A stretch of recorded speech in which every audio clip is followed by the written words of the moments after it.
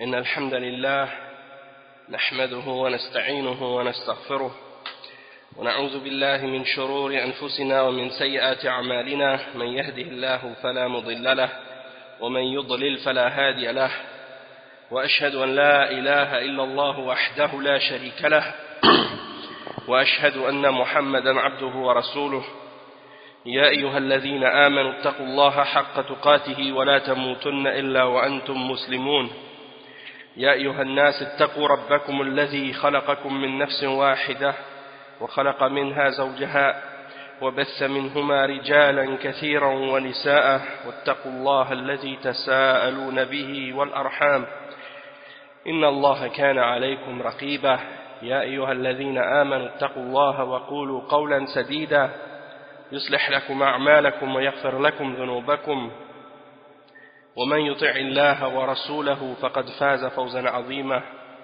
أما بعد إن خير الكلام كلام الله وخير الهدي هدي محمد صلى الله عليه وسلم وإن شر الأمور محدثاتها وكل محدثة بدعة وكل بدعة ضلالة وكل ضلالة في النار أما بعد. Donc on commence aujourd'hui le cours numéro 12 dans l'explication de Al-Fatwa Al-Hamawiyya Al-Kubra et alhamdulillah on reprend à partir de là où on a laissé au dernier cours et on est en train d'expliquer maintenant les paroles de Cheikh al-Islam Ibn Taymiyyah lorsqu'il est en train de montrer et de clarifier comment les khalafs, c'est impossible qu'ils soient comparés aux salaf al-salih. C'est impossible qu'ils soient comparés aux salaf dans leur ilm, dans leur science, dans leur compréhension, dans leur piété et dans tous les différents aspects de l'islam. On peut jamais les comparer et on ne peut jamais les égaler. Et ils sont les plus savants dans la religion et en même temps ils sont également les plus sages, les plus justes et les gens qui sont le plus proches de la sûreté en même temps. Et donc ça répond à ceux qui prétendent que les khalaf ont plus de science au sujet de la connaissance d'Allah subhanahu wa ta'ala, de ses noms ou de ses attributs, que les salaf al-salih. Donc ça c'est un grave mensonge et on a montré la réponse à ces choses-là dans les cours précédents. Et dans qu'est-ce qu'on a lu au dernier cours, on expliquait que, et après avoir mentionné que les gens de Kalam, avant leur mort, ils avaient toujours des remords et ils avaient toujours des doutes avant la mort, et on a expliqué par la suite comment ces gens-là pourraient prétendre avoir plus de connaissances ou plus de compréhension que les salaf al-salih. Et donc le cheikh il est en train de continuer sur cette même ligne à clarifier, à expliquer ce point-là. Donc il dit maintenant, Cheikh al-Islam Ibn Taymiyyah rahimahullah, كيف يكون أفراخ المتفلسفة وأتباع الهند واليونان وورثة المجوس والمشركين وضلال اليهود والنصارى والصابئين وأشكالهم وأشباههم أعلم بالله من ورثة الأنبياء وأهل القرآن والإيمان.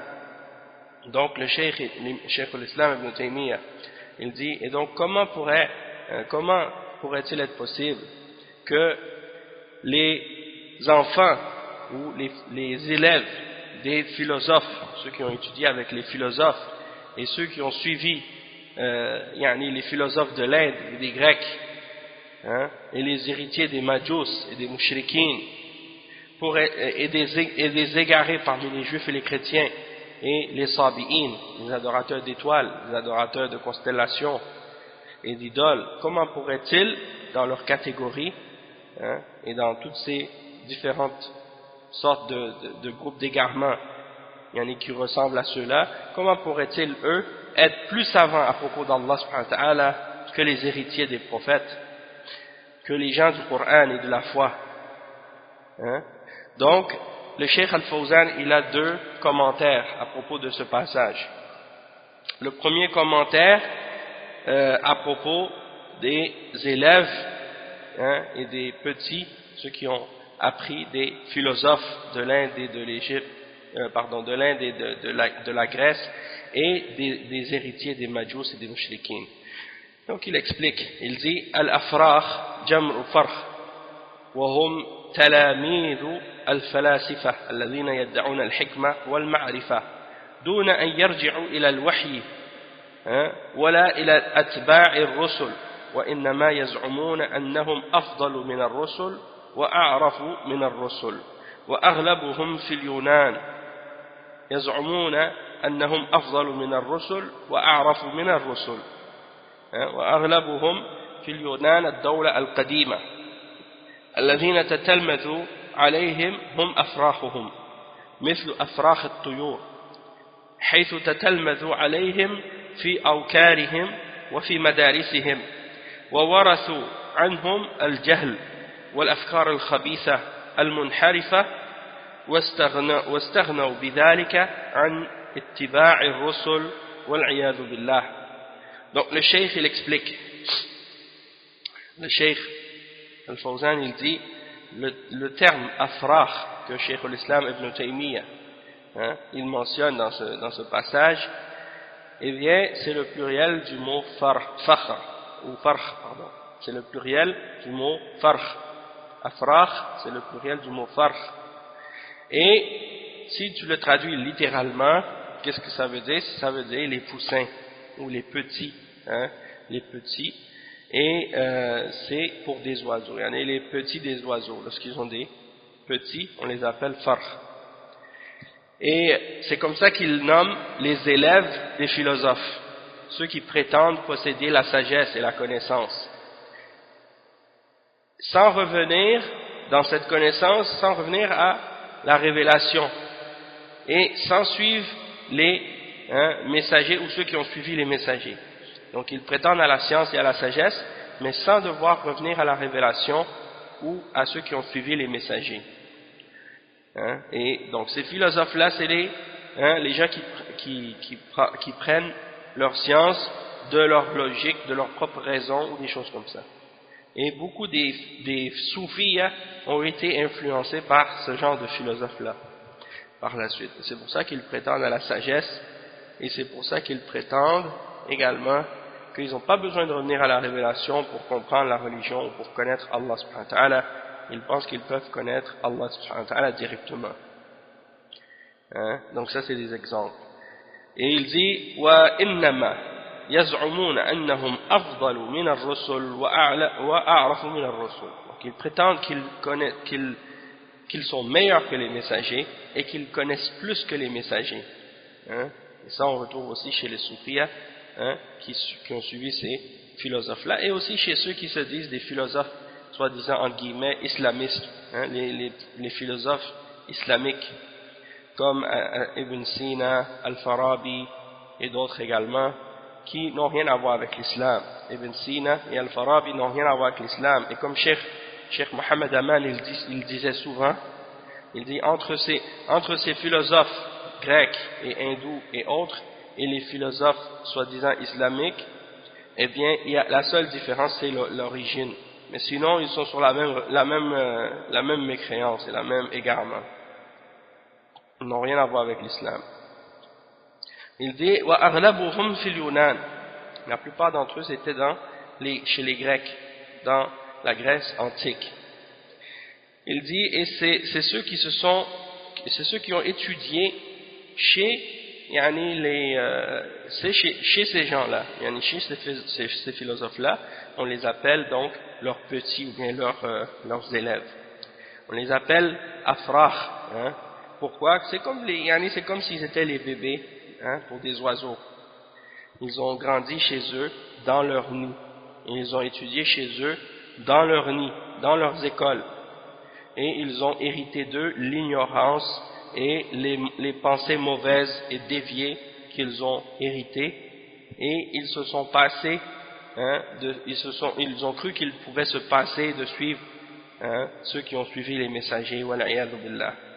Le cheikh il dit ensuite والفلاسفة يكونون من اليونان ويكونون من الهند فالهند دولة قديمة فيها فلاسفة والمجوس عباد النيران والمشركون الذين يعبدون الأصنام وليس لهم كتاب ولا يؤمنون بالكتب ولا بالرسل.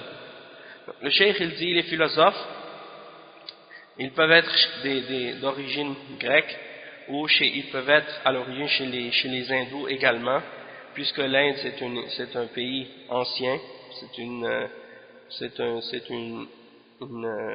pays ou un état très très vieux, très ancien, et il y avait dans ce pays-là des philosophes aussi. Et également les Majus, ceux qui adoraient le feu, et les Mushrikoun, bien on sait qui ils sont, ce sont les adorateurs des idoles et tous ceux qui adorent d'autres choses que Allah subhanahu wa ta'ala. Et eux ils n'ont pas de livre et ils ne croient pas en des livres ni en des messagers. Donc les Mushrikoun en général c'est comme ça. Ensuite il explique la deuxième partie, la partie où le cheikh a parlé également des égarés parmi les juifs et les chrétiens et les sabi'in, et les gens de ces catégories-là ou ceux qui leur ressemblent. Ils pensent qu'eux sont plus savants que les héritiers des prophètes, les gens du Coran et de la foi. Donc, le cheikh, il mentionne ici, Cheikh Al-Fawzan, il dit « Amma al-Yahoud wa-al-Nasara, fahum ahlu kitab, wa hum ala qismayn. القسم الأول قسم آمنوا بالله ورسوله واستقاموا على طاعة الله ومنهم من مات قبل بعثة الرسول محمد صلى الله عليه وسلم وهو مستقيم مؤمن بالأنبياء. Donc il dit, en ce qui concerne les juifs et les chrétiens, ils sont des gens du livre, ils sont divisés en deux catégories. La première catégorie, c'est la catégorie de ceux qui ont cru en Allah et en ses messagers, et ils ont été droits sur l'obéissance d'Allah. Parmi eux, il y en a aussi qui sont morts avant la venue du prophète Mohammed sallallahu alayhi wa sallam et qui étaient sur la droiture, sur le droit chemin et qui croyaient en les messagers. ومنهم من أدرك النبي صلى الله عليه وسلم وآمن وحاز على الأجرين أجر اتباع الرسل وأجر اتباع يعني محمد صلى الله عليه وسلم يا أيها الذين آمنوا اتقوا الله وآمنوا برسوله يؤتكم كفلين من رحمته الحديد هذه في النصارى واليهود ويجعل لكم نورا تمشون به ويغفر لكم والله غفور رحيم ليسوا سواء من أهل الكتاب أمة قائمة يتلون آيات الله آناء الليل وهم يسجدون سورة آل عمران وإن من أهل الكتاب لمن يؤمن بالله وما أنزل إليكم وما أنزل إليهم خاشعين لله لا يشترون بآيات الله ثمنا قليلا هؤلاء هم المؤمنون من أهل الكتاب. Donc le cheikh il explique que il y en a également parmi les gens du livre qui ont été vivants à l'époque du prophète Mohammed sallallahu alayhi wa sallam et qui ont cru en lui. Et donc ceux-là, ceux qui ont vécu jusqu'à l'époque du prophète Mohammed sallallahu alayhi wa sallam et qui ont cru en le prophète Mohammed sallallahu alayhi wa sallam, eh bien ceux-là ils auront deux récompenses. La récompense d'avoir suivi leur messager précédent et la récompense d'avoir suivi le prophète Mohammed sallallahu alayhi wa sallam. Et le cheikh il mentionne le verset 28 dans Surat Al-Hadid, dans lequel Allah subhanahu wa ta'ala dit: ô vous qui avez cru, croyez en ses messagers, ô vous qui avez cru, craignez Allah et croyez en ses messagers, il vous donnera deux parts de sa miséricorde. Deux parts de sa miséricorde, dans le sens que ils auront la récompense pour avoir suivi leur messager précédent et le messager de l'islam, le prophète Mohammed sallallahu alayhi wa sallam. Et ça c'est pour les chrétiens, et le cheikh dit que pour les juifs, la suite du verset, il vous donnera une lumière sur laquelle vous marcherez et il vous pardonnera. Et Allah est pardonneur et miséricordieux. Donc, ce verset-là, le verset 28, dans Surat Al-Hadid, eh bien, il explique la récompense qui est mentionnée pour ceux qui, parmi les gens du livre, acceptent l'islam, et qu'ils auront le double de la récompense. Ensuite, le verset 113 dans Surat Al-Imran, dans lequel Allah subhanahu wa ta'ala mentionne certaines choses à propos des gens du livre qui ont cru en l'islam, qui ont cru en le prophète Muhammad sallallahu alayhi wa sallam lorsqu'il est venu avec la révélation. Donc il dit, mais ils ne sont pas tous pareils, il est parmi les gens du livre une communauté droite qui aux heures de la nuit récite les versets d'Allah en se prosternant.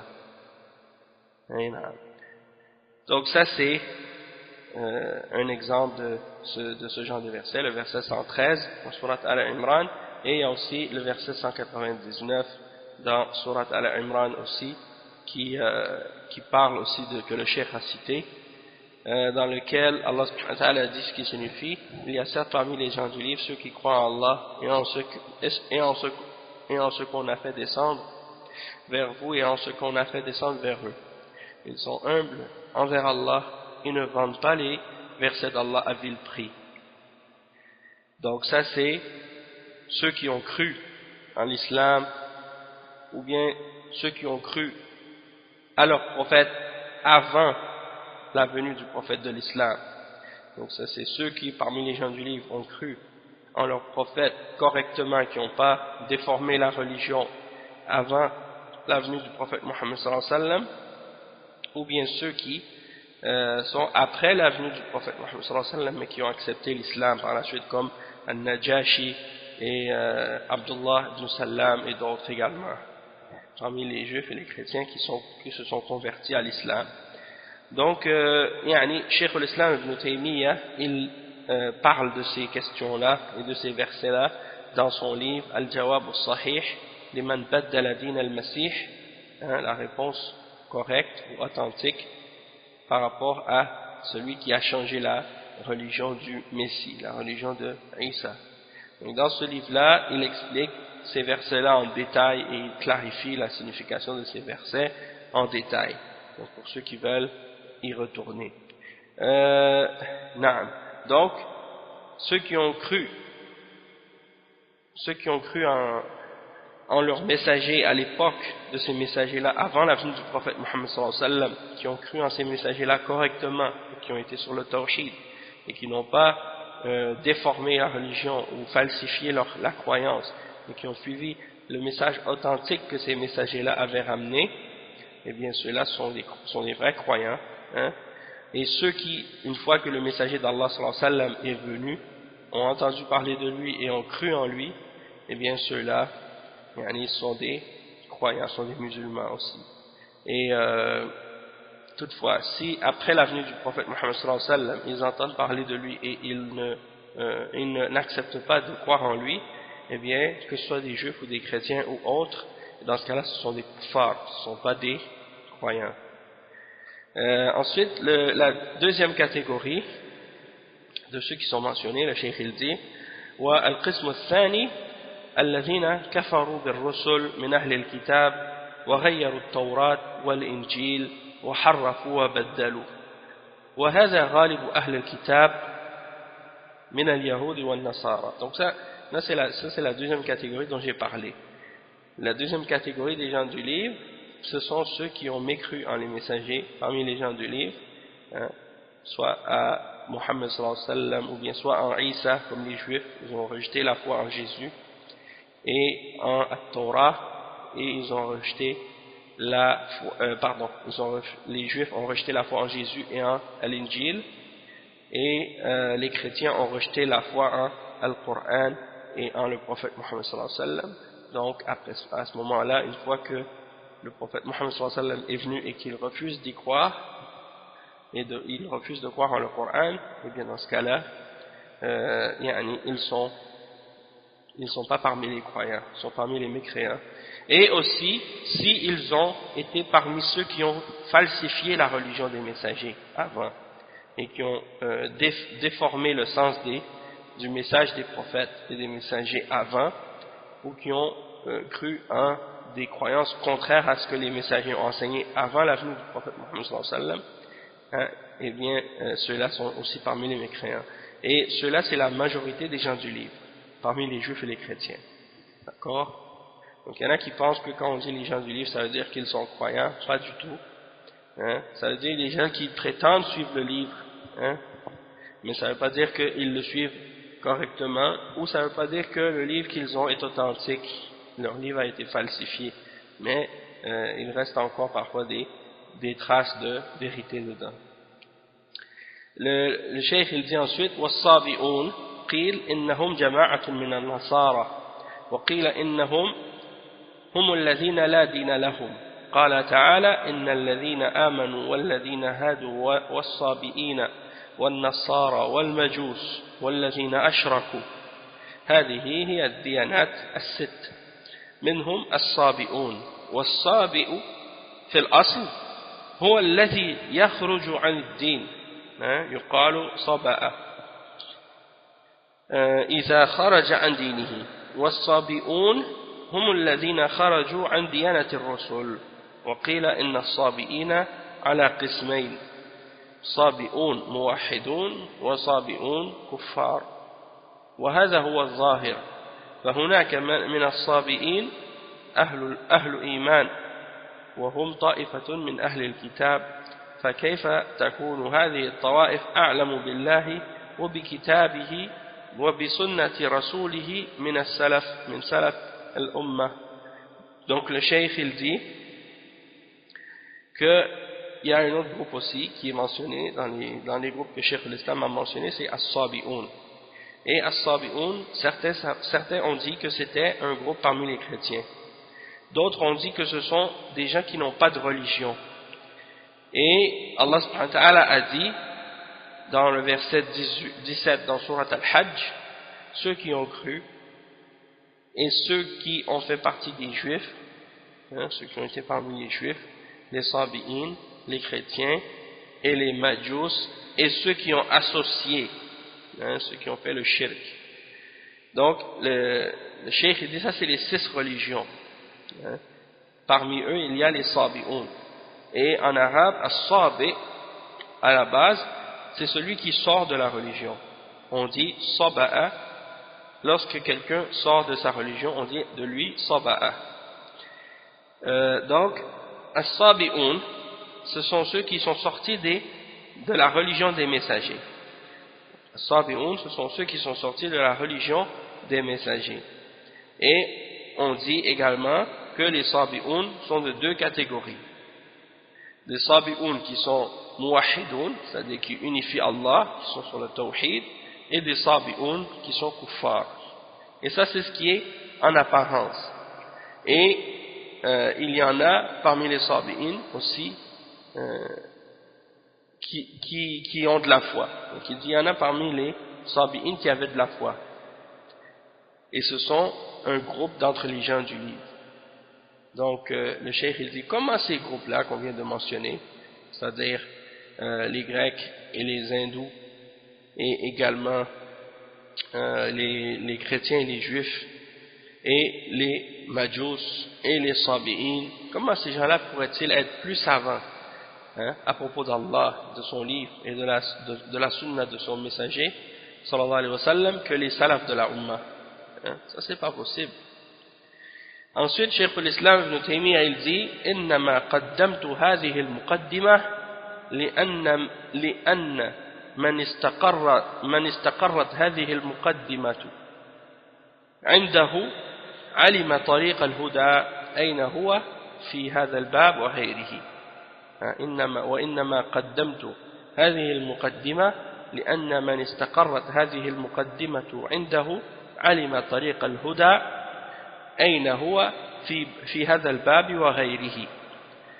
Donc Cheikh l'Islam Ibn Taymiyyah il mentionne ici la raison pour laquelle il a écrit cette introduction là depuis le début du livre jusqu'à maintenant, et il explique que ça c'était une introduction qu'il a mis à sa réponse au sujet des noms et des attributs d'Allah et au sujet de Al-Ulu et de Al-Istiwa, le fait que Allah subhanahu wa ta'ala soit au-dessus de sa création et au-dessus de son trône. Il a mentionné tout ce qu'on a lu, tout ce qu'on a dit et tout ce qu'on a lu depuis le début, il l'a mentionné pour clarifier des bases et pour détruire les bases des gens de Kalam. Parce que les gens de Kalam se basent sur ça pour établir leur shubuhat. Puisque c'est pas possible que par exemple, tu dises que tu prétends faire partie de Ahl Sunnah wal Jama'a, par exemple, et pourtant tu suis une voie qui n'a pas été suivie par les Salaf as-Salih. Et tu prétends, par exemple, suivre la Aqidah des Asha'ira ou des Maturidiyya ou des autres groupes d'égarements, et tu te prétends suivre les gens de Ahl Sunnah wal Jama'a. Ça, c'est une contradiction. Puisque ces gens-là sont venus après les salafs, sont venus après les salafs, et ils ont inventé des croyances et des idées et des principes que les salafs n'ont jamais eu, et que les salafs n'ont jamais connus, et que les salafs n'ont jamais accepté, et que les salafs même ont réfuté parfois. Donc, comment ces gens-là pourraient-ils prétendre être parmi les gens de Ahl Sunnah wal Jama'a? Donc ça implique soit deux choses. Soit qu'ils sont plus savants que les salafs, ça c'est une insulte envers les salafs, s'ils prétendent être plus savants qu'eux, puisque c'est pas possible, puisqu'ils étaient avec les sahaba, puisque les sahaba étaient avec le messager d'Allah sallallahu alayhi wa sallam, et ça c'est pour les sahaba, et les tabi'in étaient avec les sahaba du messager sallallahu alayhi wa sallam, ils ont appris la religion directement de sa source. Donc de les traiter d'ignorants, de dire qu'ils sont moins savants, que les salafs sont moins savants que les khalafs, eh bien c'est de les insulter et de les traiter d'ignorants et de les rabaisser et d'élever les salafs et d'élever les khalafs sur eux. Donc ça c'est très grave de faire ça. Et également c'est comme aussi comme on a expliqué, c'est comme si on prétend que les khalafs avaient plus de connaissances, plus de compréhension qu'eux, et ça c'est de l'injustice. Et on a déjà répondu à tous ces points-là, comment Cheikh al-Islam Ibn Taymiyyah a réfuté cette shubha dans cette introduction-là. Cheikh Al-Fawzan il dit أصل هذا الكتاب جواب عن سؤال سأله بقوله ما يقول العلماء في أسماء الله وصفاته فهو قبل أن يجيب السائل قدم هذه المقدمة المسمى بمقدمة الحموية، وهي مقدمة عظيمة كان طلبة العلم يهتمون بها ويحفظونها لما فيها من القواعد الواضحة التي ينتفع بها طالب العلم ويميز بين علم السلف وعلم الخلف. إن طريق الهدى هو ما كان عليه سلف هذه الأمة وإن طريق الضلال هو ما كان عليه غالب الخلف. Donc Ibn Taymiyyah il dit que j'ai uniquement commencé par cette introduction là parce que celui chez qui cette introduction là a été bien comprise et qu'elle est bien établie chez lui, eh bien il aura par cette introduction là avec lui la connaissance de la voie de la guidance, et il saura reconnaître où se trouve la guidance dans cette question et dans d'autres questions de la religion également. Il va savoir où est-ce que se trouve la guidance et comment la reconnaître dans la question des noms et des attributs d'Allah et dans les autres questions de la religion aussi.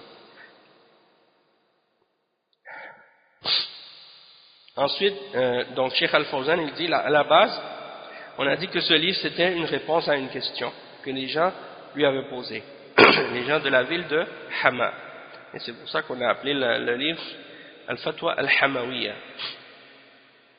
Et la question qu'on lui avait posée c'était qu'est-ce que disent les savants à propos des noms et des attributs?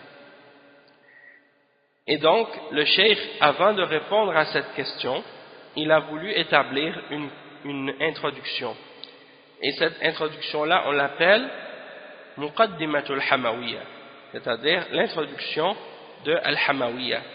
Et c'est une grande introduction. Et il dit que avant les étudiants en sciences, ils donnaient à cette introduction-là une grande importance, et même qu'ils la mémorisaient par cœur. Donc, tout ce qu'on a lu depuis le début dans Al-Hamawiyya, les étudiants, ils le mémorisaient par cœur. Pourquoi? Parce qu'il y a dans cette introduction-là des règles claires avec lesquelles l'étudiant en sciences islamiques peut trouver un grand bienfait et beaucoup de bénéfices. Et il va être capable par ces principes-là de distinguer entre la science des salafs et la science des khalaf. Et il va trouver par cette voie-là la voie de la guidance. Et il va savoir que la voie de la guidance, c'est ce sur quoi se trouvaient les salafs de cette umma. Et que la voie de l'égarement, c'est ce sur quoi se tient la majorité des khalaf. C'est la voie de l'égarement.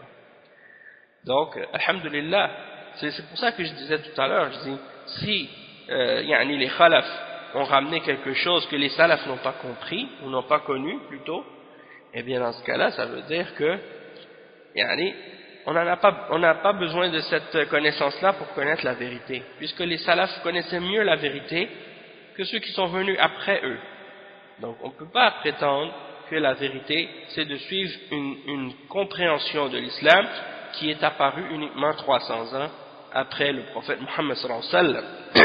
Et c'est comme chez les chrétiens par exemple, quand on dit par exemple que la religion chrétienne, comme la religion catholique par exemple, officielle, elle est apparue 325 ans après Jésus durant le concile de Nicée.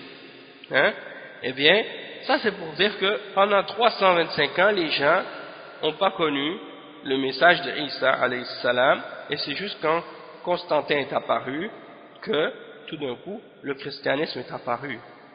Donc c'est-à-dire il y a 300 ans entre la naissance du christianisme et le temps où Allah subhanahu wa ta'ala a élevé Isa aux cieux.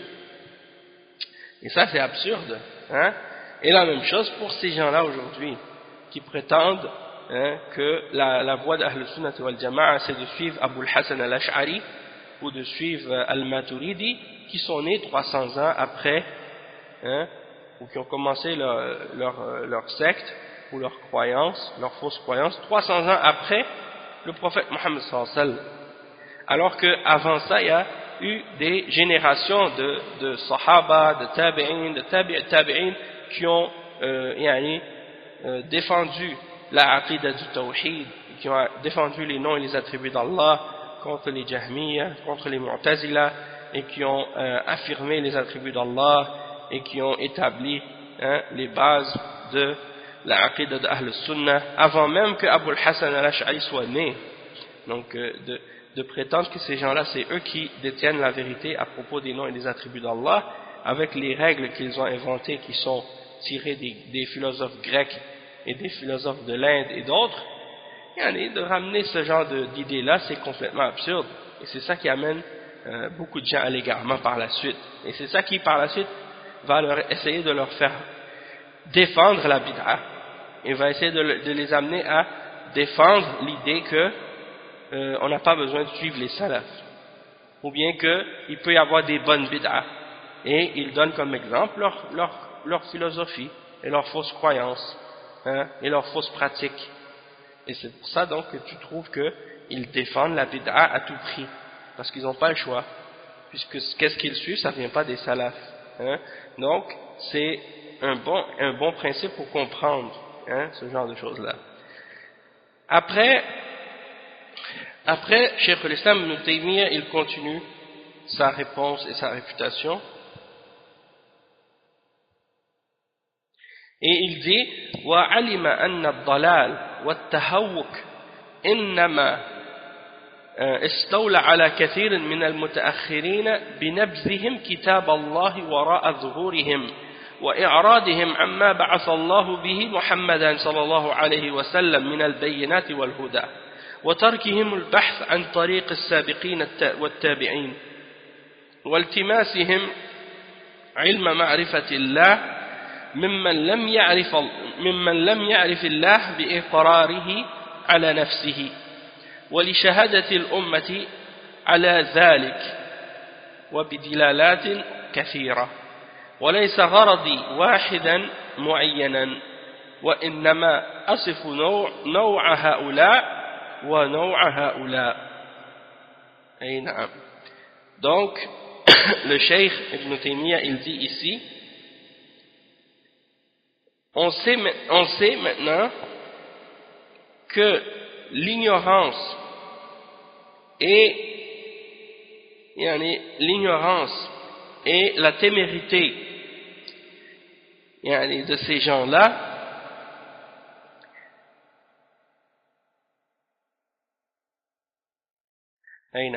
l'ignorance, on sait maintenant que l'égarement et la témérité de ces gens-là a uniquement eu le dessus sur plusieurs d'entre eux parmi ceux qui sont venus après les salafs, leur égarement et leur témérité a pris le dessus sur beaucoup d'entre ceux qui sont venus après parce qu'ils ont rejeté le livre d'Allah derrière leur dos, et à cause du fait qu'ils se sont détournés de ce avec quoi Allah subhanahu wa ta'ala a envoyé son prophète Muhammad sallallahu alayhi wa sallam, c'est-à-dire ils se sont détournés des preuves et de la guidance avec laquelle Allah subhanahu wa ta'ala a envoyé le prophète Muhammad sallallahu alayhi wa sallam, et ils ont abandonné également la recherche de la voie des prédécesseurs et de ceux qui nous ont précédés et de ceux qui les ont suivis par la suite,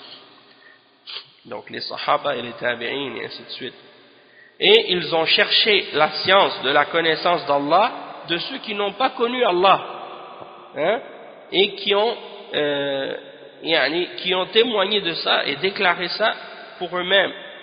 Ils ont déclaré eux-mêmes qu'ils ne connaissaient pas Allah subhanahu wa ta'ala, et également la Ummah a témoigné de cela à leur sujet, c'est-à-dire la Ummah a témoigné que ces gens-là n'ont pas de ceux chez qui les gens de Kalam ont essayé de prendre leur connaissance d'Allah, et bien même la Ummah a témoigné de leur ignorance aussi, avec beaucoup de preuves.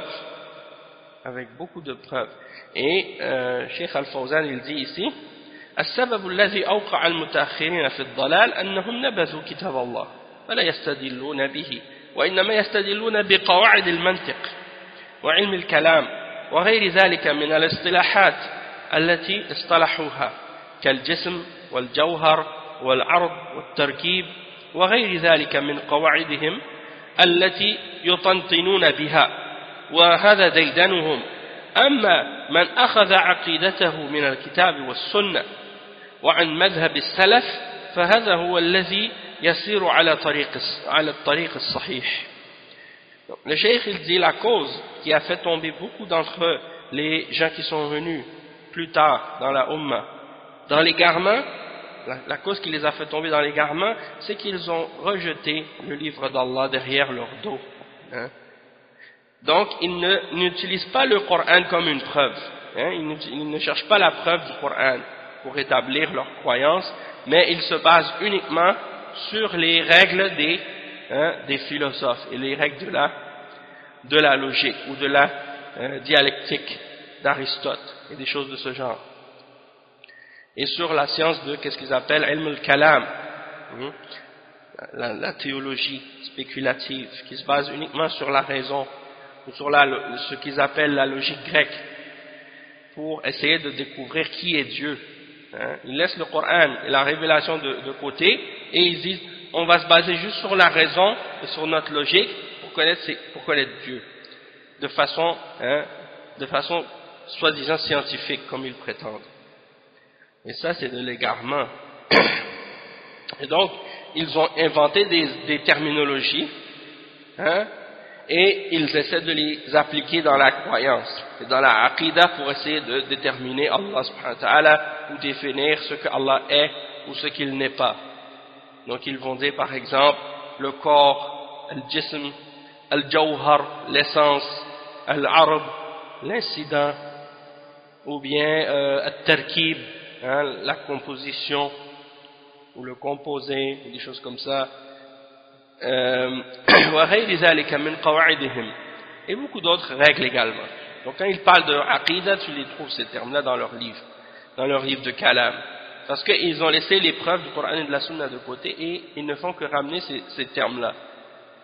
Ils disent Allah n'est pas un jism, il n'est pas un jawhar, il n'est pas un ard, il n'est pas un tarkib, il n'est pas ci, il n'est pas ça. Et ils parlent de cette façon-là et ils affirment et ils nient des choses à propos d'Allah sans référence, sans preuve, juste en se basant sur qu'est-ce que les philosophes ont dit, qu'est-ce que Aristote a dit, qu'est-ce que Platon a dit, qu'est-ce qu'il a dit dans le livre La Métaphysique, qu'est-ce que Philon a dit, qu'est-ce que l'autre a dit, tous ces philosophes qui ont parlé de ces choses-là. Donc ils se réfèrent à ces choses-là. Et ça c'est de l'égarement. Donc le cheikh il dit, ils ont inventé ces règles-là pour eux-mêmes, et c'est de ça qu'ils parlent tout le temps, et c'est autour de ça qu'ils tournent.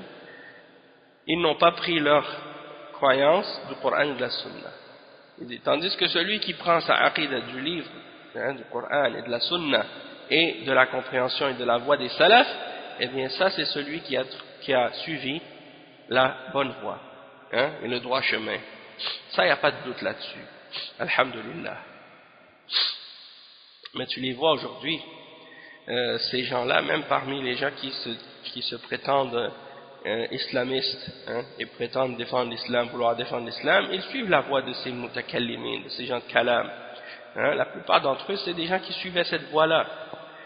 Juste pour donner l'exemple, par exemple, Hassan al-Banna, c'était un Ash'ari, il faisait partie des Ash'a'ira, et dans ses livres qu'il a écrits, comme on en a parlé beaucoup de fois, eh bien, pour lui, il considérait ça, c'est cette aqidah-là qui était la vérité. Et ceux qui l'ont suivi aussi parmi les gens qui y sont aujourd'hui, eh bien, ils dénigrent les salafs. Ils dénigrent les salafs totalement. Ils n'ont aucun respect pour eux. Et pour eux, les salafs, ils n'ont rien fait dans la aqidah, dans la compréhension de l'islam. Donc, ils se réfèrent aux kuffars pour connaître leur religion.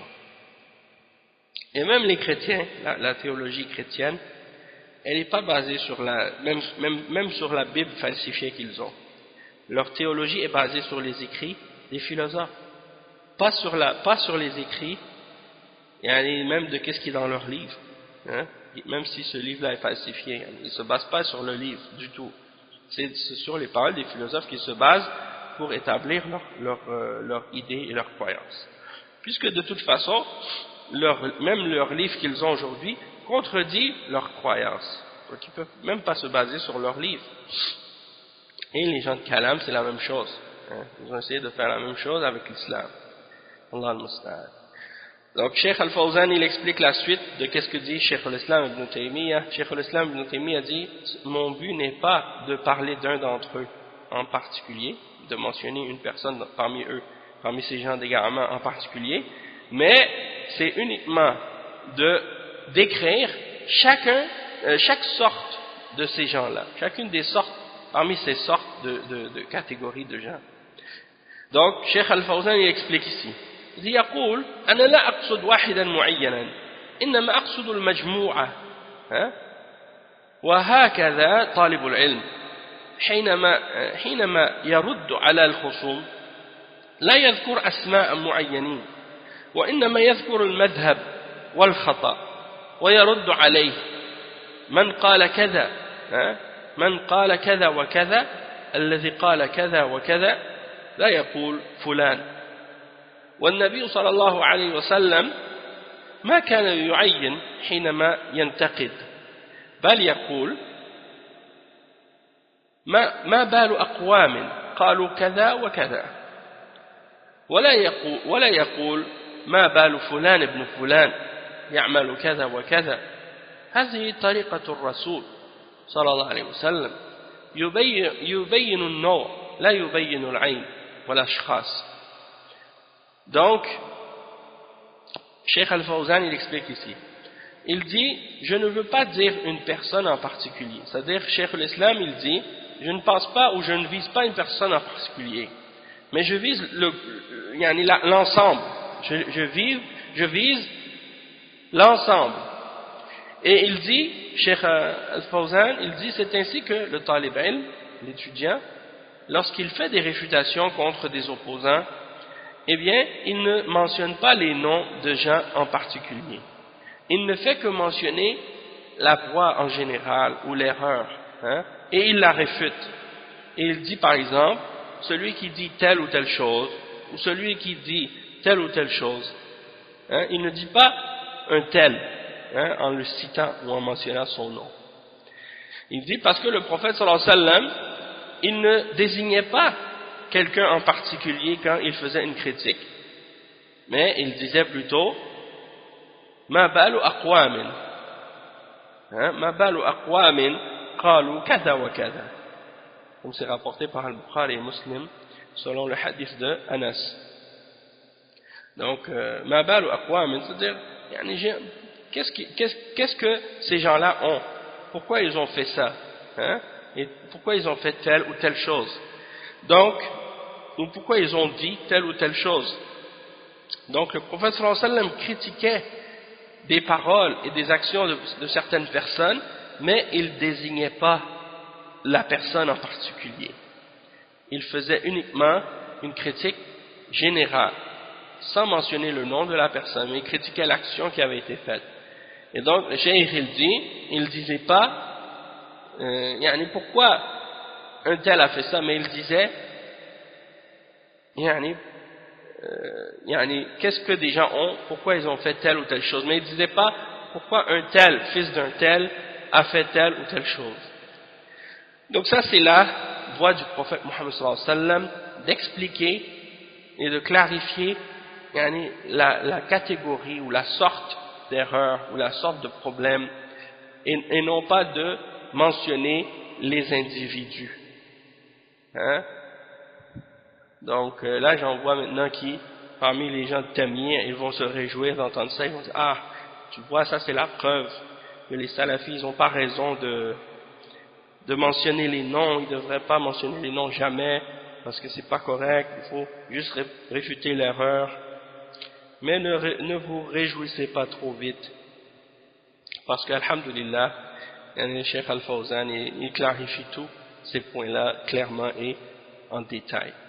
Il dit le Cheikh ensuite, Cheikh Al-Fawzan juste après, il dit إلا إذا كان الشخص الضال قد اغتر به الناس وانخدعوا به فلا بد أن يعين ويقال فلان لأجل أن يعرفه الناس وعلماء الحديث يذكرون الأشخاص ويقولون فلان سيء الحفظ، فلان كذاب، فلان وضاع، فلان مبتدع، لئلا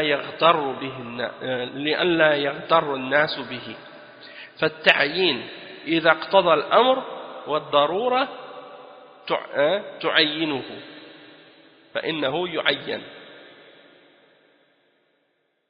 أما إذا لم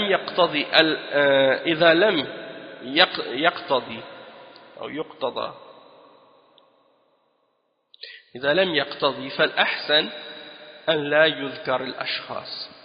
Donc le cheikh il dit maintenant, il clarifie, il dit il faut absolument il dit si la personne est un égaré et que les gens ont été trompés par cette personne et que les gens ont été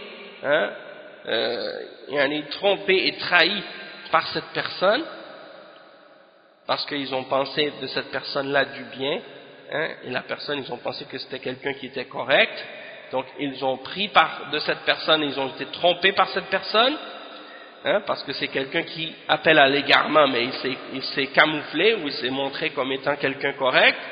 Eh bien, le cheikh il dit dans ce cas-là, il faut absolument mentionner la personne en particulier et la désigner directement en disant un tel, hein, pour que les gens le connaissent. Et le cheikh il dit ensuite que les ulama de hadith, ils mentionnent les individus par leur nom et ils disent un tel il a une mauvaise mémorisation ou une mauvaise mémoire, un tel c'est un menteur, un tel il fabrique des hadiths et des mensonges, hein? Un tel c'est un mubtadi', c'est un innovateur, et ils disent ça pour que les gens ne soient pas trompés par cette personne. Donc le cheikh il dit donc le fait de désigner un individu, hein, si c'est quelque chose qui est exigé par le sujet ou la cause, et qui est exigé et qui est une nécessité c'est nécessaire de désigner cette personne-là par son nom, alors dans ce cas-là, il faut la désigner. Il faut mentionner qui elle est par son nom. Mais si ce n'est pas quelque chose qui est impliqué et qui n'est pas nécessaire de le faire, dans ce cas-là, le mieux c'est de ne pas mentionner le nom de la personne. Donc ça veut dire que c'est pas interdit de mentionner le nom, hein, et c'est pas non plus une règle que tu dois toujours mentionner le nom. Ça dépend des situations et des circonstances et de la maslaha aussi, où est-ce qu'il est le plus grand bien. Et parfois c'est mieux de mentionner le nom parce que sinon ça va ramener des conséquences plus graves et ça va égarer des gens, et parfois c'est mieux de ne pas le mentionner justement parce que de mentionner le nom ça va ramener des conséquences plus mauvaises et plus graves. Donc il faut retourner au ulama pour demander conseil et pour voir dans ces questions-là. Des fois il y a des gens qui mettent en garde contre des individus qui sont des égarés, mais qui ne sont pas très célèbres, qui ne sont pas très connus, hein, et ils mettent en garde contre eux avec des grands titres et en mentionnant leur nom, et en agissant ainsi ils les rendent populaires et ils les rendent célèbres. Parfois ils veulent réfuter des gens, ils veulent mettre en garde contre des sites internet qui ne sont pas connus, qui ne sont pas visités par les gens, et ils vont prendre le lien de ce site et ils vont dire prenez garde à ce site. C'est comme si indirectement ils sont en train de faire de la publicité pour ces gens de bid'a et pour ces sites d'égarement. Ça c'est ridicule et c'est complètement stupide d'agir de cette façon-là. C'est comme si tu veux faire un bien mais tu fais du mal à la place. Donc les frères et les sœurs ils doivent faire attention, ils doivent arrêter d'agir ou de réagir par les sentiments et les émotions. Ils doivent agir avec intelligence aussi. Et c'est comme par exemple, une fois je me rappelle, il y a un kafir qui insultait l'islam et qui insultait le prophète Mohammed sallallahu alayhi wa sallam, et il y a quelqu'un, on ne sait pas, peut-être c'est un musulman ou même peut-être c'est même pas un musulman, qui prend cette insulte et qui la diffuse aux musulmans en disant oh regardez ce qu'un tel dit contre l'islam ou contre le prophète Mohammed sallallahu alayhi wa sallam, et il prend cette insulte et il la diffuse à tout le monde. Et c'est comme, peut-être que la personne, naïvement, son intention c'est de dénoncer quelque chose, mais indirectement il est en train de propager l'insulte contre le prophète Mohammed sallallahu alayhi wa sallam. Donc c'est quelque chose qui ramène plus de mal. Donc il faut utiliser quand même aussi le bon sens et réfléchir aux conséquences de nos actions. Hein? Donc il faut comprendre ici, alhamdoulilah, qu'est-ce que le cheikh explique, que comme on a dit ici, Cheikh al-Islam, surtout qu'à l'époque où Cheikh al-Islam Ibn Taymiyyah vivait, les gens de bid'a, parmi les Asha'ira et les Maturidiyya et les gens de Kalam, c'est eux qui avaient la force, c'est eux qui étaient en puissance, c'est eux qui avaient les positions d'autorité, c'est eux qui étaient les juges, les imams des mosquées et ainsi de suite. Et même les dirigeants étaient souvent des gens qui étaient sur la aqida des Asha'ira et des Maturidiyya et des gens de Kalam. Donc Cheikh al-Islam est dans une position de faiblesse, et il ne s'abstient pas il ne s'abstient pas de réfuter les gens de l'égarement et de la bid'a. Il les réfute, mais avec sagesse. Donc comme Al-Hamawiyya par exemple, eh bien c'est un livre qui réfute fondamentalement les Asha'ira et les Maturidiyya. Et la plupart de ces livres, c'est ça. Mais il ne les cite pas directement. Et tu vas voir que dans le livre, il ne les cite pas directement quand il les réfute. Pourquoi? Parce que s'il commence à dire directement, les Ash'ara sont des gens d'égarement, sont des gens de ci, sont des gens de ça, hein, eh bien, ça va être certain qu'ils vont bannir tout ça, puis ils vont l'empêcher. Mais ils ne les mentionnent pas, mais ils mentionnent toutes leurs shubuhat et tous leurs égarements, et ils les détruisent complètement, du début jusqu'à la fin. Ils massacrent leurs shubuhat et leurs fondements et leurs bases d'égarement. Alors, eux, ils restent devant ces livres-là, et ils voient que Cheikh al-Islam, il critique les Jahmiyyah, il critique les Mu'tazila, et les shubuhat qu'il critique de ces gens-là, des Mu'tazila et des Jahmiyyah, sont les mêmes shubuhat que les leurs. C'est-à-dire les shubuhat des Ash'ara et des Maturidiyya sont les mêmes shubuhat que les shubuhat des Mu'tazila et des Jahmiyyah. Alors là, ils sont pris dans l'embarras. Hein? Ils ne savent plus comment faire et comment réagir. Alors ils essaient de donner des problèmes à Cheikh al-Islam, et justement Cheikh al-Islam Ibn Taymiyyah, il a été amené en cours pour ce livre qu'il a écrit de Al-Hamawiyya, Al-Fatwa Al-Hamawiyya. Il a été amené en cours et il a eu plusieurs procès, et même qu'il y a eu également des chouyours parmi les gens de Bid'a qui ont essayé de le réfuter, hein, qui ont essayé de répondre à ces explications. Et Cheikh al-Islam Ibn Taymiyyah a écrit même d'autres réfutations par la suite. Et il a plusieurs livres, hein, comme Talbis al-Jahmiyyah ou Ar-Radd ala al-Jahmiyyah, et d'autres livres également de ces catégories-là. Et aussi même Jawab al-I'tiradat al-Misriya, il y a un livre qui s'appelle Jawab ala al-I'tiradat al-Misriya, c'est-à-dire la réponse aux objections égyptiennes, parce qu'il y avait un cheikh de l'Égypte qui s'était objecté à Al-Fatwa Al-Hamawiyya et qui avait essayé de le réfuter. Donc Ibn Taymiyyah a écrit une réponse à cette réponse que ce cheikh égyptien avait écrit, et il les a complètement écrasés dans ses arguments et dans ses preuves qu'il a ramenées du Coran et de la Sunna et des paroles des salafs, et la destruction des bases de ces gens d'égarement. Donc, on continue maintenant avec la suite de la parole de Cheikh al-Islam Ibn Taymiyyah. Donc il dit, وَإِذَا كَانَ كَذَلِكَ, Cheikh Ibn Taymiyyah il dit, وَإِذَا كَانَ كَذَلِكَ فَهَذَا كِتَابُ اللَّهِ مِنْ أَوَّلِهِ إِلَى آخِرِهِ. Donc c'est à partir de maintenant là, à partir de ce point, c'est là qu'il rentre dans l'argumentation et les preuves à propos des attributs d'Allah et à propos du fait que Allah est au-dessus de sa création. C'est maintenant qu'il va commencer à mentionner et énumérer toutes les preuves du Coran en premier, après il va mentionner les preuves de la Sunna, et après il va mentionner les paroles des salafs pour prouver que Allah subhanahu wa ta'ala est au-dessus de sa création,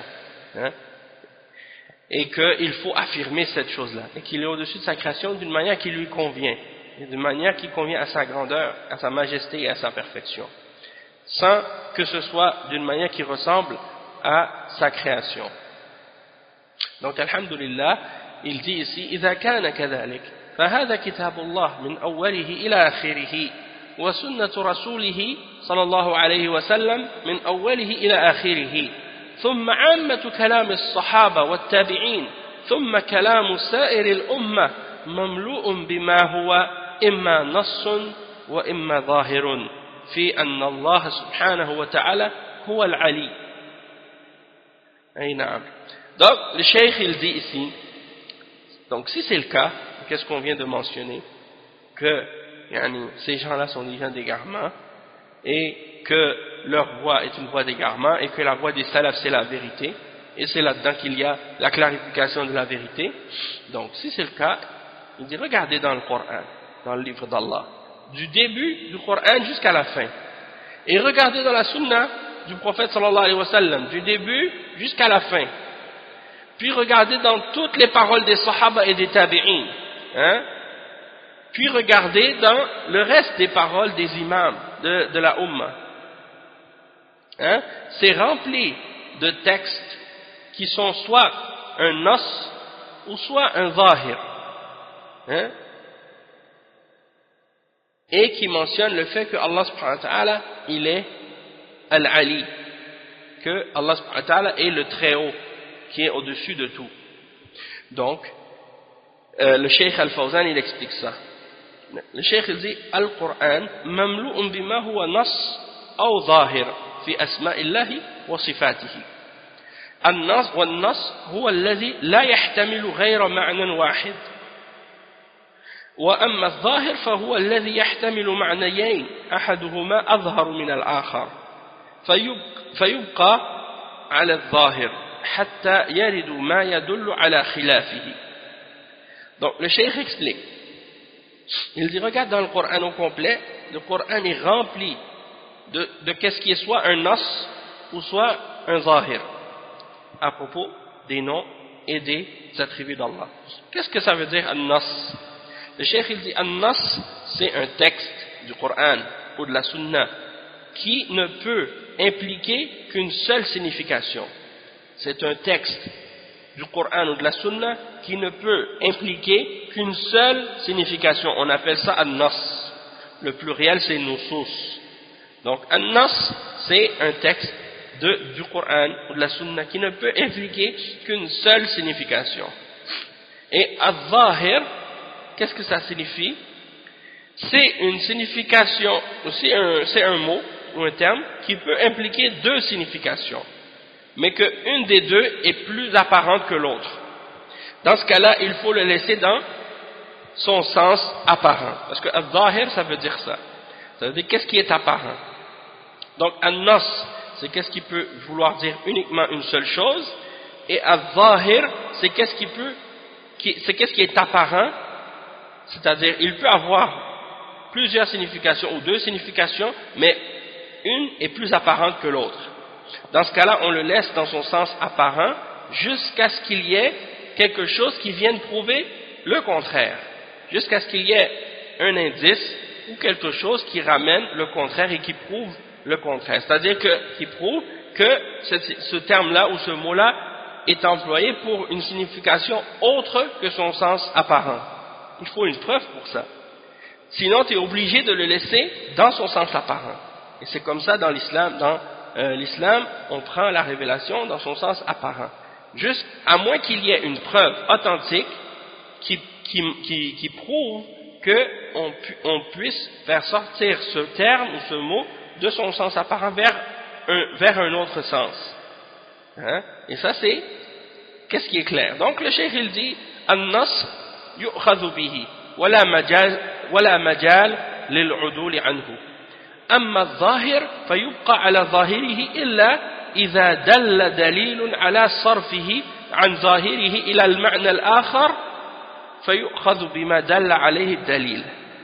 Donc le cheikh il dit le nas, on l'a dit, on doit le prendre. Le cheikh il dit le nas, c'est-à-dire qu'est-ce qui peut impliquer, qu'est-ce qui peut vouloir dire uniquement une seule chose, une seule signification, ça on doit le prendre tel quel, et on n'a pas le choix de le prendre tel quel, on ne peut pas s'en aller vers autre chose, ou on n'a pas d'autres options, on ne peut pas s'en détourner. En ce qui concerne le texte qui est zahir, eh bien il est apparent, on le laisse dans son sens apparent, excepté s'il y a une preuve qui prouve qu'on est à le faire sortir de ce sens apparent vers un autre sens. Et dans ce cas-là, on va prendre le sens qui est indiqué par la preuve. D'accord? Ça, c'est des règles. C'est des choses très importantes et ça fait partie des définitions qui sont mentionnées dans les livres qu'on trouve, comme les livres de Usul al-Fiqh. Ça, ces termes-là sont expliqués dans les livres de Usul al-Fiqh. Hein? C'est pour ça que Usul al-Fiqh c'est très important, parce que ça nous aide justement à pouvoir comprendre le Coran et la Sunna selon la compréhension des salaf as-salih. Hein? Et comme par exemple le livre de l'imam al-Shafi'i, c'est le premier qui a écrit sur ce sujet-là, hein? Al-Risala de l'imam al-Shafi'i, il a écrit ce livre pour justement faire en sorte que les gens ne commencent pas à déformer le sens des textes, ne commencent pas à jouer avec le Coran et la Sunna selon leur passion et leur désir. Donc ici on voit l'exemple avec le terme an-nas et le terme al-zahir. Donc, Ibn Taymiyyah, c'est ça ce qu'il dit. Il dit dans le Coran, et dans la Sunna, et dans les paroles des Sahaba, et dans les paroles des Tabi'in, et dans les paroles des ulama de la Ummah, c'est rempli de preuves, de textes qui sont des nos, qui sont des nusus, soit que ils ont un sens unique, qui ne peut pas être autre que ce sens-là.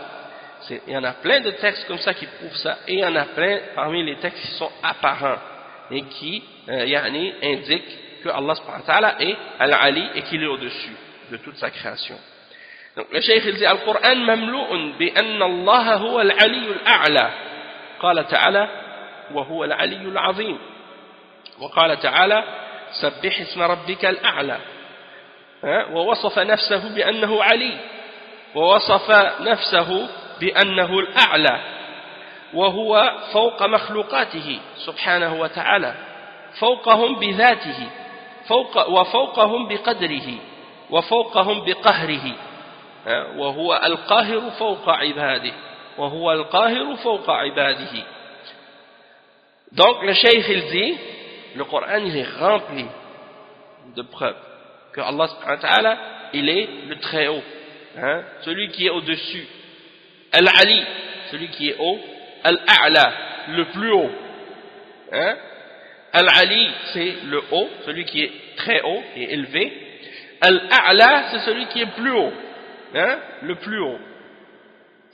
Et il dit, Allah subhanahu wa ta'ala, il dit dans le verset 25 dans Surat Al-Baqarah, wa huwa al-'aliyyu al-'azim, c'est-à-dire c'est lui le très haut, le très grand.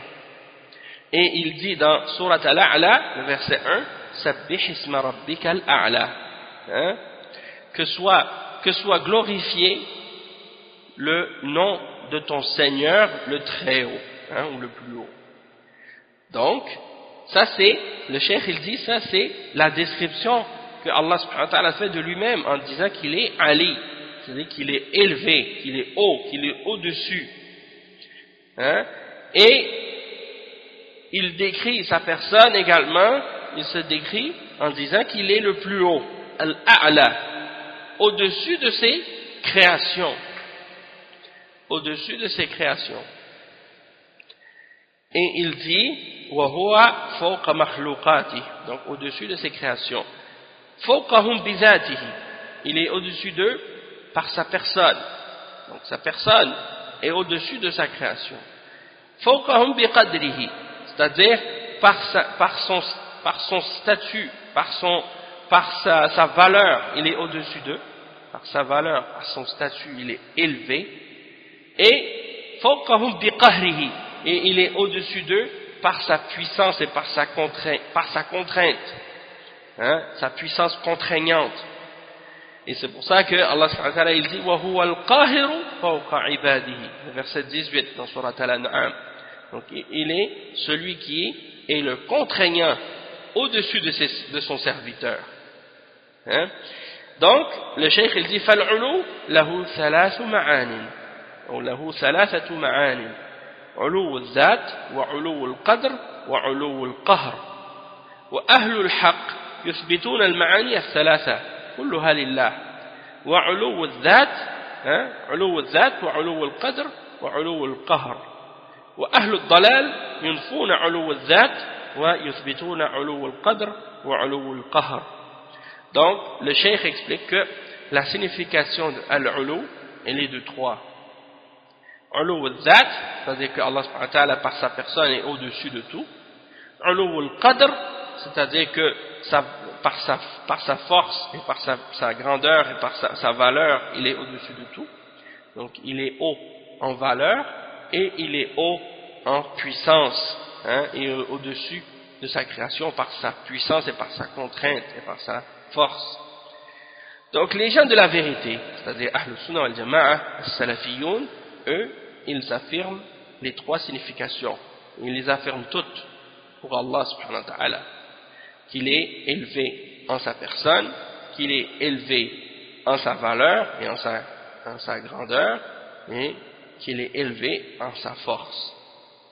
Donc, ça c'est l'affirmation des gens de la vérité. Ils affirment les trois significations. Tandis que les gens de l'égarement, parmi Jahmiya, les Mu'tazila, les Asha'ira, les Maturidiyya, les gens qui nient les attributs d'Allah et qui nient qu'Allah est au-dessus de sa création, eh bien eux ils nient justement le fait qu'Allah soit élevé par sa personne ou en sa personne, et ils affirment uniquement la force et le statut élevé d'Allah, ou bien la force ou la contrainte d'Allah. Ils affirment uniquement ce sens-là. Donc ça c'est une déformation et une négation des attributs d'Allah subhanahu wa ta'ala de leur part. Et donc, Cheikh l'Islam Ibn Taymiyyah, il dit فوق كل شيء وعلي, donc il dit, donc il y a des preuves qu'Allah est au-dessus de toute chose. Après il dit فوق كل شيء وعلي على كل شيء وأنه فوق العرش. Donc qu'est-ce qu'il dit ici, Cheikh Ibn Taymiyyah? Il dit Allah est au-dessus de tout, il est élevé sur tout, et il est au-dessus de son trône. Il est au-dessus de son trône, au-dessus du trône. Naam, Cheikh Al-Fawzan il explique ça. Il dit وهو فوق كل شيء كما قال تعالى يخافون ربهم من فوقهم وهو القاهر فوق عباده. وصف نفسه بأنه فوق عباده. والفوقية معناه فوقية الذات، فهو بذاته سبحانه فوق عباده، وهو القاهر فوق عباده، ويرسل عليكم حفظه، وليس في ذاته شيء من مخلوقاته ولا في مخلوقاته شيء من ذاته. ولهذا قال السلف بائن من خلقه. Donc le Cheikh Al-Fawzan il explique que lorsque Ibn Taymiyyah dit ici que Allah est au-dessus de toute chose, Allah subhanahu wa ta'ala il dit qu'il est au-dessus de toute chose, et il mentionne les preuves du Coran à ce sujet-là, comme le verset 50 dans Surat Al-Nahl. Allah subhanahu wa ta'ala il dit et ils craignent leur Seigneur au-dessus d'eux, et ils craignent leur Seigneur au-dessus d'eux, parce qu'Allah subhanahu wa ta'ala est au-dessus d'eux. C'est-à-dire il parle des anges, et il dit que les anges craignent leur Seigneur au-dessus d'eux, de part au-dessus d'eux. Donc il mentionne le verset 18 dans Surat Al-An'am, dans lequel Allah subhanahu wa ta'ala dit et il est le contraignant au-dessus de son serviteur. Donc Allah subhanahu wa ta'ala s'est décrit ici comme étant au-dessus de son serviteur, et le fait d'être au-dessus, ça signifie qu'il est au-dessus par son être, par sa personne, qu'il est au-dessus de son serviteur, وهو القاهر فوق عباده ويرسل عليكم حفظه. Allah subhanahu wa ta'ala il mentionne ça aussi dans le verset 61 dans Surat Al-An'am. Il dit et il est le contraignant au-dessus de son serviteur, et il envoie sur vous des gardiens parmi les anges. Donc ça c'est des preuves, et pourtant les gens de bid'a, les gens de bid'a parmi les gens qui nient les attributs d'Allah, comme les Asha'ira, les Maturidiyya, les Ahbash et les autres catégories de ces gens d'égarement là, eux ils nient ça, et ils disent laysa lahu jiha ou laysa fi jiha. Ils vont dire Allah n'est pas dans une direction, on n'a pas le droit de dire qu'il est dans une direction, et pourtant Allah subhanahu wa ta'ala il mentionne qu'il est au-dessus, et il dit lui-même qu'il est au-dessus, fawq, et donc al-fawqiyya c'est pas quelque chose que on a inventé, ou que Ibn Taymiyyah a inventé, ou que les Wahhabiyya, comme eux nous appellent des Wahhabiyya, c'est pas des choses que les Wahhabiyya ont inventées, c'est quelque chose que Allah subhanahu wa ta'ala lui-même il mentionne dans le Coran. Le verset 50 dans Surat Al-Nahl, le verset 18 dans Surat Al-An'am, le verset 61 dans Surat Al-An'am, tout ça c'est des versets dans le Coran, et les salafs l'ont compris et l'ont expliqué tel quel. Donc Cheikh Al-Fawzan il dit ici laysa fi dhatihi shay'un min makhluqatihi. Donc il n'y a rien, il n'y a pas en Allah c'est-à-dire il n'y a pas en l'être d'Allah aucune de ses créatures, il n'y a pas dans les créatures aucune chose de l'être d'Allah. Hein? C'est-à-dire, il n'y a pas, en Allah, il n'y a pas de créature, et en les créatures, il n'y a rien de Allah. C'est-à-dire que les deux sont séparés. Allah subhanahu wa ta'ala est totalement séparé de sa création. Il ne se mélange pas avec sa création. Il n'est pas mélangé avec sa création. Hein? Et ça, c'est une parole des salafs, qui est rapportée dans plusieurs livres, dans les livres des salafs. Dans les livres des salafs, comme il est mentionné dans Tabyin Kadhib al-Muftari de Ibn Asakir, et dans Sharh al-Nouniyya de Ibn Isa, et dans Sharh al-Aqida al-Tahawiyya, et dans les livres des salafs aussi, des citations de Abdullah ibn al-Mubarak et d'autres également. Donc il dit, il est séparé de sa création. Ba'inun min khalqihi. Donc le cheikh explique, il dit ba'inun yani munfasil. ليس في ذاته شيء من خلقه وليس في خلقه شيء من ذاته.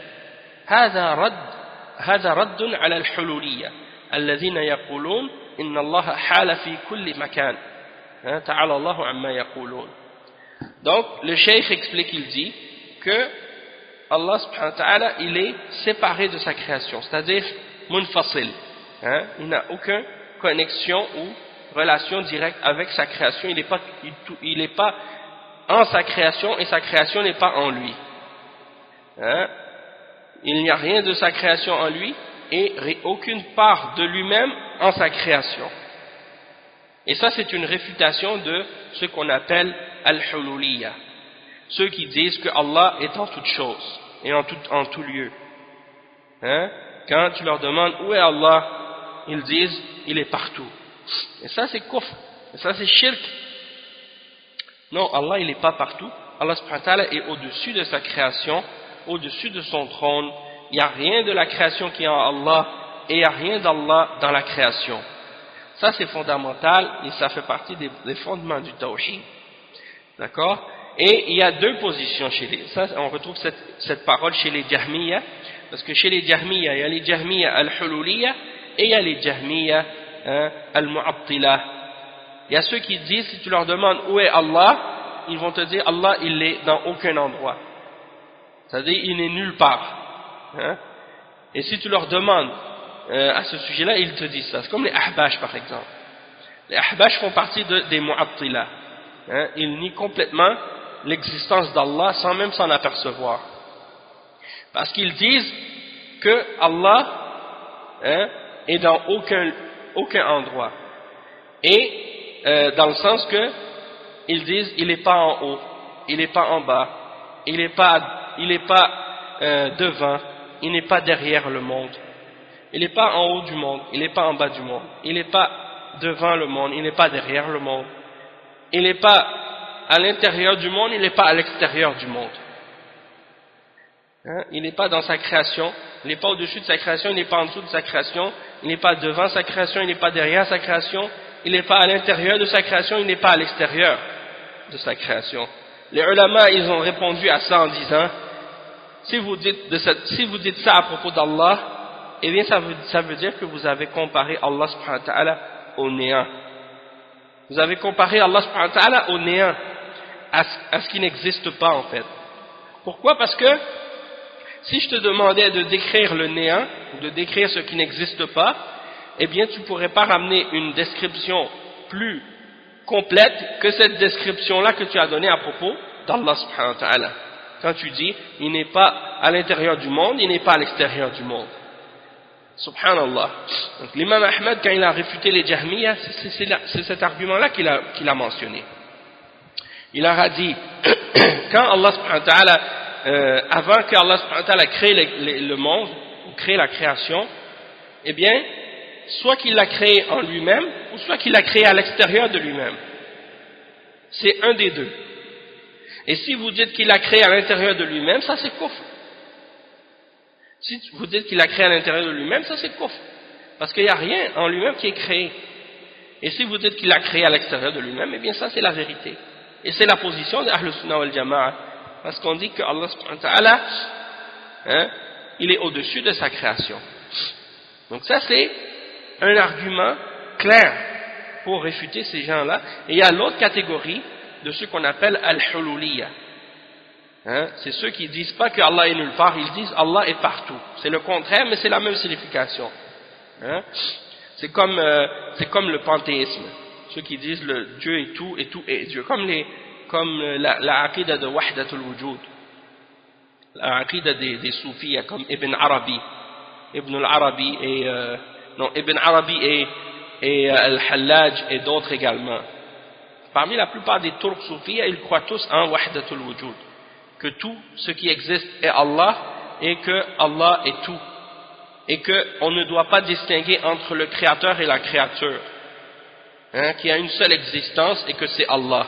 Et que les créatures font partie d'Allah. Et que le créateur est la créature et la créature est le créateur. Les deux sont la même chose. Donc ça c'est la croyance de ce qu'on appelle al-hululiyya aussi.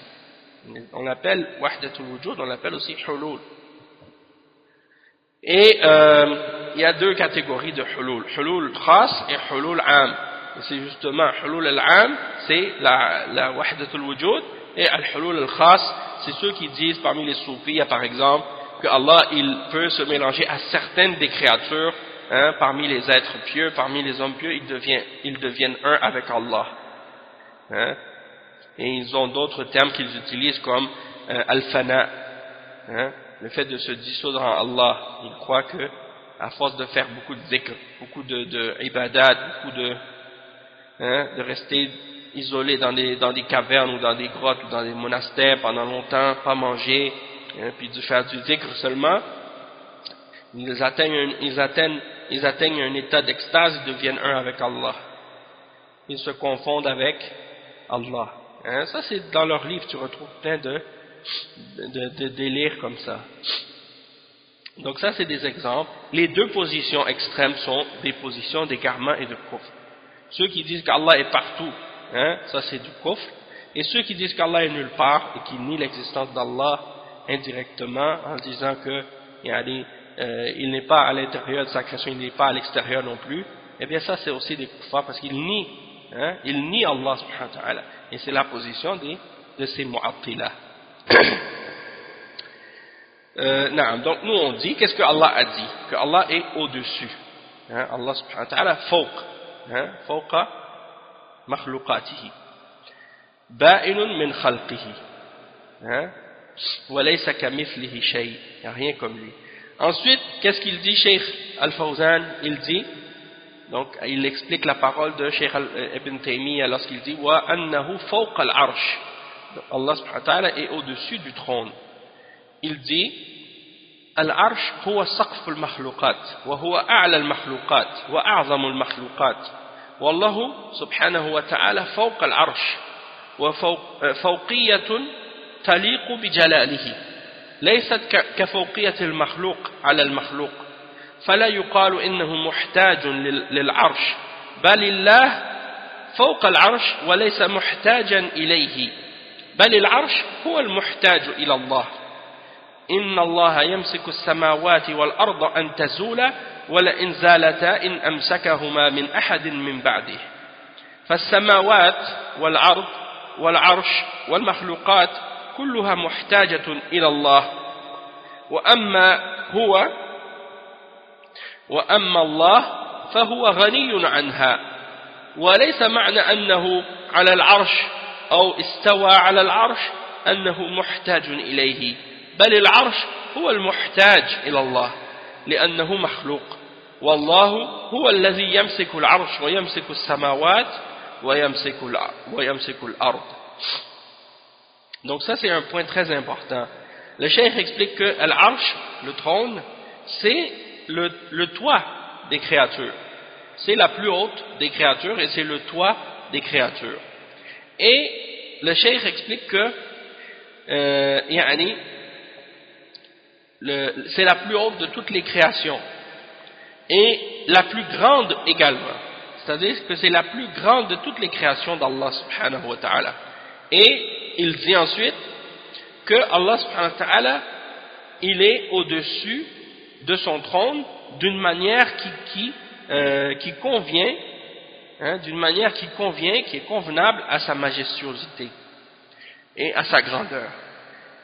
Et ce n'est pas, lorsqu'on dit qu'il est au-dessus, ce n'est pas comparable à deux créatures lorsque l'une est au-dessus de l'autre. Donc on ne dit pas par exemple que Allah subhanahu wa ta'ala a besoin de son trône. Parce que les êtres humains sur la terre, si quelqu'un monte sur un trône, eh bien, c'est parce qu'il a besoin de ce trône-là pour le supporter. Mais pas Allah subhanahu wa ta'ala. Allah subhanahu wa ta'ala est au-dessus de son trône. Et vous allez voir par exemple, les ahbash, quand ils parlent par exemple de cet aspect-là, eh bien, ils vont toujours parler des salafis, qu'ils appellent eux des wahhabiyya. Donc ils vont toujours les appeler pour essayer de nous faire passer pour des gens qui font ressembler Allah à sa création. Ils vont dire qu'on est des anthropomorphistes parce qu'on affirme ce que Allah a affirmé. Allah, c'est lui qui mentionne dans plus de 7 versets dans le Coran qu'il est au-dessus de son trône. Ar-Rahmanu ala al-arsh istawa. Thumma istawa ala al-arsh. Ça, c'est des versets clairs dans le Coran. Donc, ils essaient de nous prétendre ou de dire qu'on est des anthropomorphistes parce qu'on affirme ces versets-là. Donc nous on dit non, c'est pas vrai. Il n'y a rien qui ressemble à Allah. Et Allah, quand il est au-dessus de son trône, il n'est pas au-dessus de son trône de façon qui se comparerait à une créature lorsqu'elle est au-dessus d'une autre créature. Plutôt, on dit que Allah subhanahu wa ta'ala est au-dessus de son trône, mais il n'a aucun besoin de ce trône. Et il est au-dessus du trône sans avoir aucun besoin de ce trône. C'est plutôt le trône qui a besoin d'Allah subhanahu wa ta'ala. Et il cite le verset 41 dans Surat Fatir, dans lequel Allah subhanahu wa ta'ala mentionne ce qui signifie Allah retient les cieux et la terre pour qu'ils ne s'affaissent pas. Donc c'est Allah subhanahu wa ta'ala qui retient les cieux et la terre pour ne pas qu'ils tombent. Wala in zalata in amsakahuma min ahadin min ba'dih. Et s'il s'affaissait, s'il tombait, nul ne pourrait après lui les retenir. Il est indulgent et pardonneur. Donc ça veut dire que c'est Allah subhanahu wa ta'ala qui retient les cieux, c'est Allah subhanahu wa ta'ala qui retient la terre, c'est Allah subhanahu wa ta'ala qui retient les astres, c'est Allah subhanahu wa ta'ala qui retient toute la création, et c'est Allah subhanahu wa ta'ala aussi qui retient al-arsh, pour ne pas qu'il tombe. Donc c'est pas Allah subhanahu wa ta'ala qui a besoin du trône, c'est le trône qui a besoin d'Allah subhanahu wa ta'ala. Et le cheikh il dit que les cieux, la terre, le trône et toutes les créatures ont besoin d'Allah subhanahu wa ta'ala. Tandis que Allah subhanahu wa ta'ala, il est ghaniyun anha, c'est-à-dire il se passe complètement de ces créatures-là, il n'en a aucun besoin. Il est riche et il se suffit à lui-même. Donc, le cheikh il dit, le fait qu'on dise que Allah subhanahu wa ta'ala est sur le trône, au-dessus du trône, eh bien, ça, comme il dit lui-même dans Surat Al-A'raf, le verset 54, Istawa ala al-arsh, eh bien, ça ne veut pas dire du tout que Allah a besoin de ce trône. C'est le contraire, comme on l'a dit. C'est le trône qui a besoin d'Allah. Parce que le trône est créé. Et Allah subhanahu wa ta'ala, il retient le trône. Et il retient les cieux et il retient la terre. D'accord? Donc ça c'est important. Et en même temps aussi je voulais mentionner justement parce que c'est Ahbash et les Sha'ira et les autres, quand ils vont parler des gens de Ahl Sunnah, les Salafiyin, que eux ils appellent des Wahhabiyya, anthropomorphistes et ainsi de suite, eh bien ils disent que nous on dit que Allah s'est assis sur le trône. Et ils font exprès d'utiliser ce terme-là que nous on n'emploie pas. Parce qu'en arabe on ne dit pas jalasa dans le Coran. Le terme jalas, c'est ça qui veut dire s'asseoir. C'est pas ce terme-là qui est employé dans le Coran. Le terme qui est employé dans le Coran c'est istawa. Istawa qui veut dire s'élever et de monter au-dessus de quelque chose, mais qui ne veut pas dire s'asseoir. Donc le terme jalas, nous on ne l'emploie pas. On se limite aux termes qui sont mentionnés dans la révélation. Donc eux ils nous accusent de ça, mais nous on se limite, on se limite à qu'est-ce que les versets et les hadiths ont mentionné. Même si parfois certains salafs ont peut-être utilisé le terme jalas dans un sens dans un sens que eux ont voulu donner, qui est bien entendu sans faire de ressemblance entre Allah et sa création, mais il est toujours mieux et toujours préférable de se limiter, hein, et c'est ça qu'on doit faire, se limiter à ce qui est mentionné comme terme dans la révélation et de ne pas innover ou de ne pas ajouter ou amener des termes qui ne se trouvent pas dans la révélation pour parler d'Allah subhanahu wa ta'ala et de ses noms et de ses attributs. Donc, ayant dit ça, on va s'arrêter ici et là, dans la suite des cours, Inch'Allah, vous allez voir maintenant comment Cheikh al-Islam Ibn Taymiyyah ramène les arguments et les preuves que Allah subhanahu wa ta'ala est au-dessus de sa création et il réfute les Jahmiya et les Mu'tazila et les Asha'ira et les Maturidiyya et les Ahbash et toutes ces différentes sectes d'égarement comme les Ibadiyya et autres qui nient les attributs d'Allah subhanahu wa ta'ala dans ces différentes questions-là. Donc c'est un très grand livre, Al-Fatwa Al-Hamawiyya Al-Kubra, vous allez voir. Donc on s'arrête ici pour aujourd'hui. Subhanakallah wa bihamdik, ashhadu an la ilaha illa ant, astaghfiruka wa atubu ilayk. Barakallahu fikum wa jazakumullahu khairan wa sallallahu sallam ala nabiyyina Muhammad wa ala alihi wa sahbihi ajma'in.